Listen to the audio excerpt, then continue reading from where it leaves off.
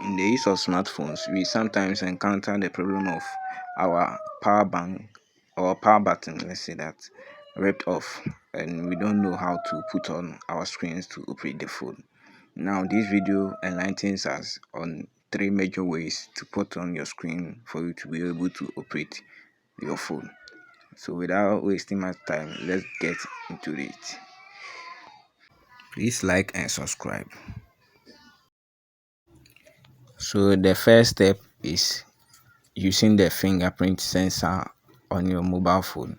If you have one, if you have that feature on your mobile phone, you have to use that feature. It is very helpful in terms of putting on your phone.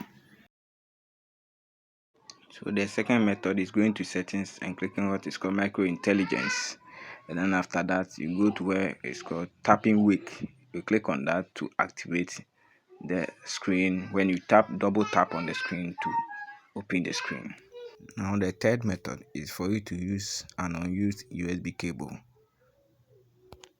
For that you need a scissors to cut the USB cable, and then the USB cable itself. Yes, the USB cable itself. And after that you need something to cut the inside cables, which is a cutter knife for you to peel off the naked wires. Yes, so this is the three main things you need.